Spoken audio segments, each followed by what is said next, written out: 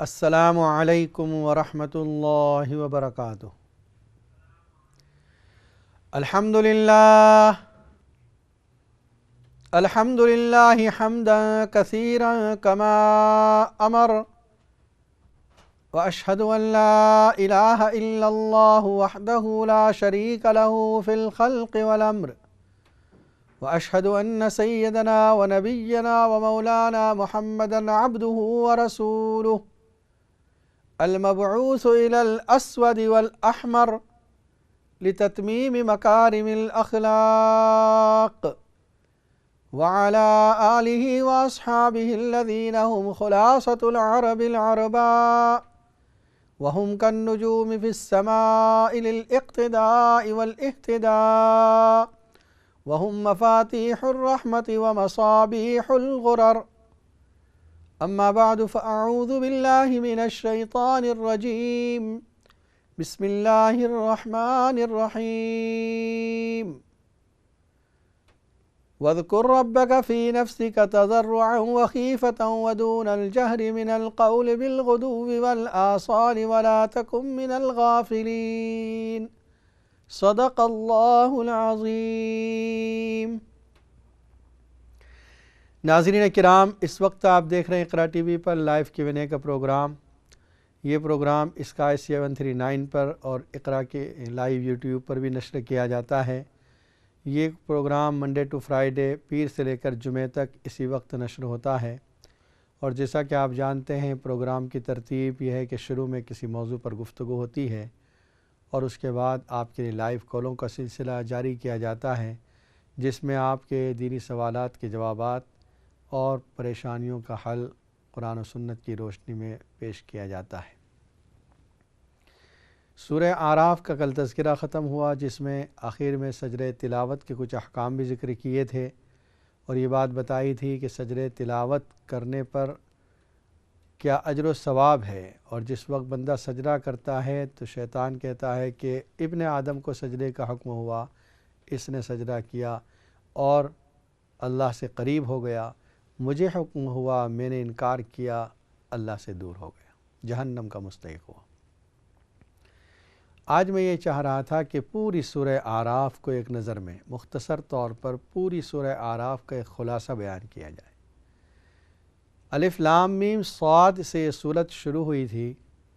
شروع میں قرآن مجید کا تذکرہ، کتاب انزلناہ الیک لتخرج الناس من الظلمات الی النور، اور یہ بات بھی نوٹ کر لیں کہ جہاں جہاں حروف مقطعات ہیں اکثر وہاں پر حروف کے بعد قرآن کا ذکر ہے، جیسے الف لام میم را تلک آیات الکتاب الحکیم، الف لام را تلک آیات الکتاب الحکیم، الف لام میم ذالک الکتاب لا ریب فیہ، قاف والقرآن المجید، صاد والقرآن ذی الذکر۔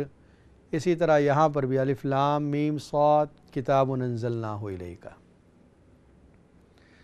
اس کے بعد اللہ تعالیٰ نے حضرت آدم اور حوا علیہ السلام کا تذکرہ کیا، جو ابلیس کے ساتھ ان کا واقعہ پیش آیا تھا۔ اللہ تعالیٰ نے آدم علیہ السلام کو پیدا کیا اور حکم دیا تمام کو سجدہ کریں، سب فرشتوں نے سجدہ کیا، ابلیس نے سجدہ نہیں کیا۔ اللہ تعالیٰ نے اس کو نکال دیا، مردود اور راندہ درگاہ کر دیا۔ آدم علیہ السلام کو اللہ نے توبہ قبول فرمائی اور پھر دنیا میں اتارا۔ گویا دنیا میں آنا آدم علیہ السلام کا اللہ کے ایک پلان کے تحت تھا، بطور سزا کے نہیں بھیجے گئے تھے۔ آسمانوں پر اللہ نے توبہ قبول کر لی تھی۔ اس کے بعد اللہ نے چونکہ یہ واقعہ پیش آیا، اس میں اس درخت کا پھل کھانے سے ان کے کپڑے بدن سے اتر گئے تھے۔ اللہ نے حکم دیا، یا بنی آدم قد انزلنا علیکم لباسا یواری سوآتکم وریشا، یہ لباس جو ہم نے آپ کو عطا فرمایا ہے اے ابن آدم، یہ لباس ہم نے تم کو عطا فرمایا ہے زینت کے لیے، وریشا، اور جس طرح پرندے کے پر ہوتے ہیں اس کی زینت کے لیے، اسی طرح تمہاری زینت ہے، اور لباس تقوی سب سے بہتر لباس ہے۔ اس کے بعد حکم دیا جب بھی مسجد میں آئیں یا نماز کا وقت ہو، زینت کے ساتھ اچھے کپڑے پہن کر آئیں۔ اس کے بعد حکم دیا کھانے پینے میں اسراف نہ کریں، کلو وشربو، اللہ کی نعمت سے فائدہ اٹھائیں لیکن اس میں اسراف اور فضول خرچی نہ ہو۔ اس کے بعد اللہ تعالیٰ نے بے حیائی سے بچنے اور گناہوں سے دور رہنے کی تاکید فرمائی۔ پھر اس کے بعد اللہ تعالیٰ نے چوتھے رکوع کے اندر جنتیوں کا اور جہنمیوں کا جو مکالمہ اس کو ذکر فرمایا۔ جس وقت جنتی یہ کہیں گے جہنمیوں سے کہ ہم نے تو رب کے وعدے کو پا لیا، ہمیں تو نعمتیں حاصل ہو گئی، تمہیں بھی وہ مل گیا جس کا اللہ نے وعدہ کیا تھا؟ وہ کہیں گے جی ہاں ہم کو مل گیا، یعنی اللہ تعالیٰ کی طرف سے جو عذاب تم کو دیا جانا تھا وہ پہنچ گیا۔ اس کے بعد ایک اعلان کرنے والا اعلان کرے گا، لعنت اللہ علی الظالمین، ظالموں پر اللہ کی لعنت، اور ان کے درمیان آڑ بنا دی جائے گی، پھر اس کے بعد بات نہیں کر سکیں گے۔ ایک اور تذکرہ ہے بات چیت کا، جب جہنمی جنتیوں سے یہ کہیں گے تھوڑا سا پانی ہم کو ڈال دو یا کوئی نعمت آپ ہم کو ڈال دو ہم پر، جنتی کہیں گے کہ اللہ نے کافروں پر یہ نعمتیں حرام کر رکھی ہیں۔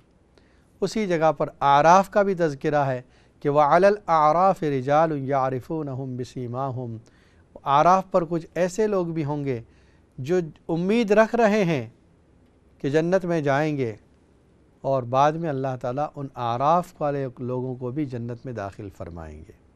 تو اعراف اس درجے کا نام ہے، اس جگہ کا نام ہے جو بٹوین جنت اور جہنم کے درمیان ہے۔ اس کے بعد اللہ تعالیٰ نے پہلے آسمان و زمین کا تذکرہ اور اپنی قدرت کی نشانیاں ذکر فرمائی، سورج ہے، چاند ہے، ستارے ہیں۔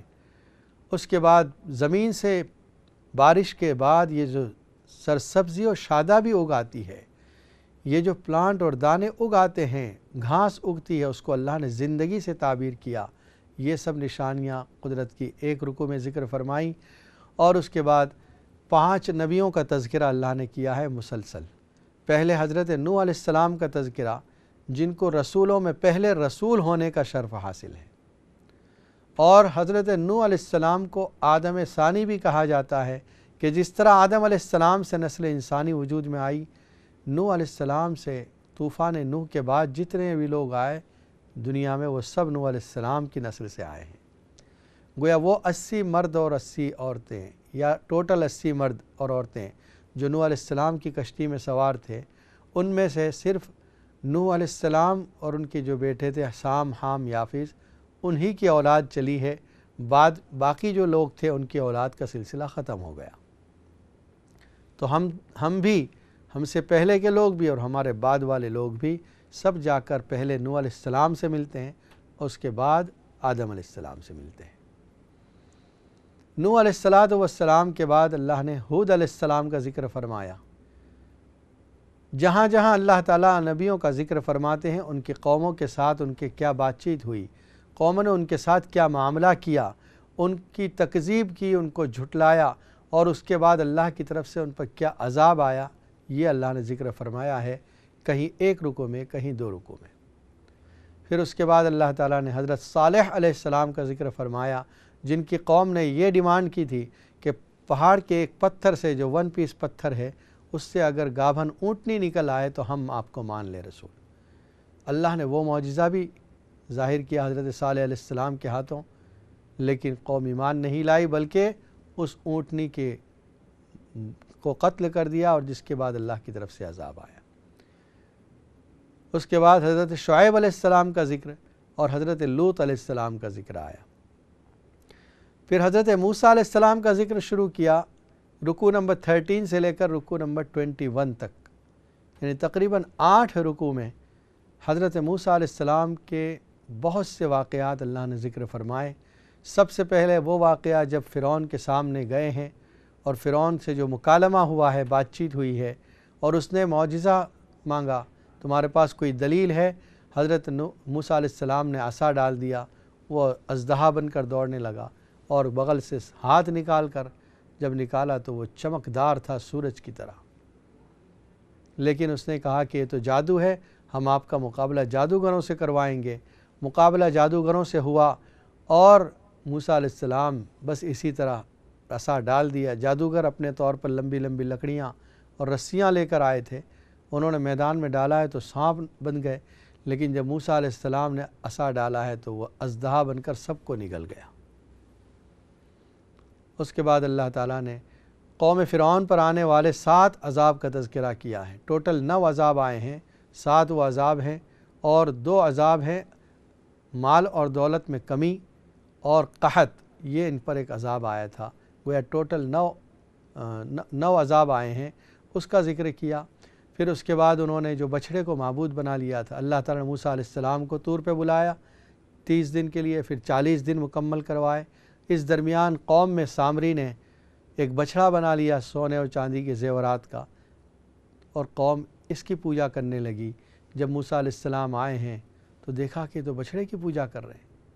ہارون علیہ السلام پر اپنے غصے کا اظہار کیا، لیکن ہارون علیہ السلام نے کہا بھائی آپ مجھے یہ ایسا میرے ساتھ غصے کا اظہار نہ کریں، قوم تو خوش ہوگی، دشمن خوش ہو جائیں گے۔ میں اگر آتا تو معاملہ اور بگڑ جاتا آپ کے پاس آنے سے، اس لیے میں آپ کے پاس نہیں آیا اور قوم کے پاس باقی رہا۔ اس کے بعد اللہ تعالیٰ نے نبی اکرم صلی اللہ علیہ وسلم کا تذکرہ تھوڑا سا فرمایا، الذین یتبعون الرسول النبی الامی الذی، اس آیت کے اندر پھر قوم موسیٰ کا ذکر آیا جس میں ان پر اللہ نے جو کوہ طور کو اٹھایا تھا اس کا ذکر فرمایا، اور پھر 21ویں رکوع کے بعد یہ تذکرہ یعنی قوم موسیٰ کا، حضرت موسیٰ علیہ السلام کا ذکر ختم ہوا۔ اللہ تعالیٰ نے اس کے بعد سب سے پہلی آیت جو 22ویں رکوع کے پہلی آیت نازل فرمائی، اس میں عہد الستو کا ذکر ہے، جب اللہ تعالیٰ نے تمام انسانوں کی روحیں جو آدم علیہ السلام کی پشت سے قیامت تک پیدا ہونے والے تھے، سب کی ارواح کو جمع کر کے ایک وعدہ لیا تھا، الستو بربکم، کیا میں تمہارا رب نہیں ہوں؟ اور سب نے کہا تھا بلا وربنا، کیوں نہیں، آپ ہمارے رب ہیں، اس کا ذکر آیا تھا۔ اور اس وقت یہ بات بھی میں نے بتائی تھی، انبیاء کرام کو الگ جمع کر کے نبی اکرم صلی اللہ علیہ وسلم کے لیے ان سے عہد لیا گیا، اقرار لیا گیا تھا۔ ناظرین کرام، اس وقت آپ دیکھ رہے ہیں اقرا ٹی وی پر لائیو Q&A کا پروگرام۔ اگر آپ کو کوئی سوال کرنا چاہتے ہیں یا آپ کسی پریشانی کا حل چاہتے ہیں، اسٹوڈیو کے نمبر پر فون کر کے معلوم کر سکتے ہیں۔ انشاءاللہ قرآن و سنت کی روشنی میں آپ کے سوالات کے جوابات دیے جائیں گے۔ ایک کالر لائن پر موجود ہے۔ السلام علیکم ورحمۃ اللہ وبرکاتہ۔ وعلیکم السلام۔ جی مولانا صاحب، مجھے آپ سے نا ایک مسئلے کا حل پوچھنا ہے۔ جی فرمائیے۔ مولانا صاحب، میرا نا بھائی ہے، وہ نا کسی غیر مسلم کے پیچھے لگا ہوا ہے، تو وہ لڑکی جو وہ حرام کھاتی، حرام کرتی، سب کچھ، بڑے میرے ماں باپ پریشان ہے اس کی وجہ سے۔ کچھ ایسا عمل بتائیں کہ وہ نا اس کا پیچھا چھوڑ دے، لڑکی اس کا پیچھا چھوڑ دے، وہ لڑکی کا چھوڑ دے، اور وہ راہ راستے آ جائے، اور جہاں اس کے ماں باپ چاہتے ہیں اس کی شادی وہ وہاں کرے، سیدھے راستے پہ۔ پلیز ایسا عمل بتائیں۔ ٹھیک ہے انشاءاللہ بہت بتا دیں۔ پریشان ہے نا میرے ماں باپ۔ گھر میں آتا ہے کہ نہیں بھائی، کھاتا پیتا ہے؟ گھر میں آتا ہے گھر میں تو آتا ہے، لیکن وہ بات نہیں مانتا، وہ اس لڑکی کا پیچھا نہیں چھوڑتا۔ ٹھیک ہے انشاءاللہ بتاتے ہیں۔ گھر میں تو آتا ہے، اللہ کا شکر ہے، لیکن اس لڑکی کا پیچھا، ایسا عمل کوئی بتائے نا کہ اس کا بالکل وہ پیچھا چھوڑ دے، کیونکہ وہ لڑکی بہت غلط ہے۔ جی جی انشاءاللہ ٹھیک ہے، دعا بھی کرتے ہیں، اللہ تعالیٰ اس کو دعا بھی ہدایت کریں، عطا ہاں فرمائے۔ ضرور دعا بھی کرنا، اللہ تعالیٰ آپ کی دعا قبول و منظور فرمائے، جہاں اس کے ماں باپ چاہتے ہیں وہ شادی بھی وہاں کرے انشاءاللہ۔ ٹھیک ہے، السلام علیکم۔ اور ایک کالر لائن پر موجود ہے۔ السلام علیکم ورحمۃ اللہ وبرکاتہ۔ جی آپ لائن پر ہیں۔ السلام علیکم۔ وعلیکم السلام ورحمۃ اللہ۔ ایک دو چھوٹی سی باتیں معلوم کرنی ہیں۔ جی جی۔ یہ سچے جھوٹے پانی کو ملانے کے سلسلے میں کیا حکم ہے؟ اگر آدھا گلاس پانی ہے مثلاً، تو اس میں کیا اور دوسرا پانی ملا کر پی سکتے ہیں، یا کچھ لوگ کہتے ہیں مکروہ ہو جاتا ہے؟ تو جھوٹا پانی کس کا ہے؟ جھوٹا کس کا ہے؟ اگر میرا ہی ہے، اگر جیسے آدھا گلاس اور مزید مجھے، اچھا کیونکہ یہ تو پھر ضیاء ہوگا اگر آدھا گلاس پھینک دیں پھر پورا لے تو۔ اور کھڑے ہو کر پانی پینے میں کا کیا سلسلہ ہے؟ کیا یہ کھڑے ہو کے پینا گناہ ہے، ٹھیک ہے، یا بیٹھ کر بھی پی سکتے ہیں؟ جی جی۔ کئی جگہ پڑھا ہے کہ رسول اللہ صلی اللہ علیہ وسلم نے ذکر کیا کہ اگر مجھے امت کے مشقت میں پڑھنے کا اندیشہ نہیں ہوتا تو میں فلاں بات یہ کرتا وغیرہ۔ تو اس میں بھی اگر یہ چھوٹی سی بات ہے، اگر کھڑے ہو کے پینے میں وہ ہے، قباحت ہے، جواب تک بھی ہوگی، ٹھیک ہے۔ تو اچھا، اور کیا شرن کوئی عورت مفتی ہو سکتی ہے؟ جی انشاءاللہ بتاتے ہیں. ٹھیک ہے. اور ایک کال لائن پر موجود ہے. السلام علیکم ورحمۃ اللہ وبرکاتہ. السلام علیکم مفتی صاحب. جی خیریت سے ہیں آپ؟ جی الحمدللہ خیریت سے ہیں. فرمائیں. مفتی صاحب 2-3 باتیں پوچھنی ہیں. جی. ایک تو یہ بات پوچھنی ہے کہ یہ جو آیات سجود کا ورد ہے یہ ہم اگر جائیں خانہ کعبہ میں وہاں بیٹھ کے بھی کر سکتے ہیں، مسجد نبوی میں کر سکتے ہیں؟ ٹھیک ہے. ایک تو یہ بات ہے. اور ایک یہ بات پوچھنی ہے کہ اکثر میں وتر میں دعائے قنوت آدھی پڑھنے کے بعد پھر بھول جاتی ہوں، پھر یاد کرنے کی کوشش کرتی ہوں، پھر بھول جاتی ہوں، تو پھر میں ربنا آتنا پڑھ لیتی ہوں اور آخر میں سجدہ سہو کر لیتی ہوں. تو ایسا کرنا کیا صحیح ہے؟ اور تیسرا میرا سوال یہ ہے کہ مفتی صاحب ڈپریشن کے لیے اگر آپ پلیز کچھ برائے مہربانی کوئی اللہ کا نام بتائیں تو آپ کا بہت بہت مہربانی اور شکریہ. ٹھیک ہے انشاءاللہ بتا دیں. السلام علیکم. اور ایک کالر لائن پر موجود ہے. السلام علیکم ورحمۃ اللہ وبرکاتہ. جی وعلیکم السلام صاحب. ٹھیک ہے جی الحمدللہ. آپ کیسی ہیں؟ بس شکر ہے. جی امام صاحب یہ ایک بہت بڑا مسئلہ ہے کہ میری بہن کا، جی جی اس کا جو ہسبینڈ ہے اس کو بہت ہی غصہ آتا ہے نا، وہ اتنا غصہ آتا ہے کہ اس کو سمجھ اس کو نہیں آتی کہ میں کیا کرتا ہوں نا. ہر وقت کل اس کی بچی نے مجھے فون کیا تھا، کہہ رہی تھی کہ آپ فون کرنا ہم لوگ سنیں گے نا. تو وہ کہتے ہیں اس کا دل نرم ہو جائے، اس کے لیے کوئی پڑھنے کے لیے بتا دینا. ٹھیک ہے انشاءاللہ بتاتے ہیں. جزاک اللہ. السلام علیکم.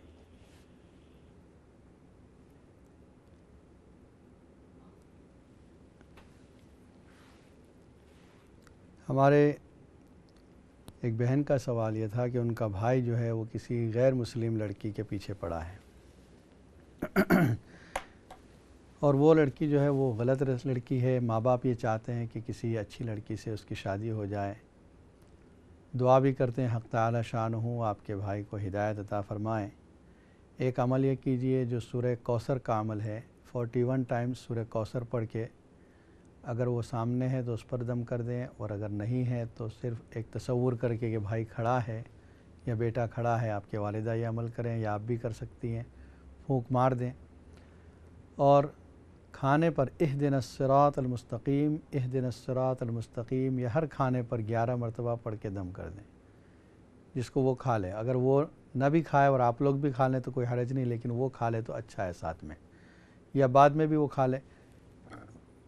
دوسرا ایک عمل ربنا حب لنا من ازواجنا کا سورہ فرقان کے آخری رکوع میں جو آیت ہے 19 پارے میں، اس آیت کو آپ ہر دعا میں شامل کر دیں.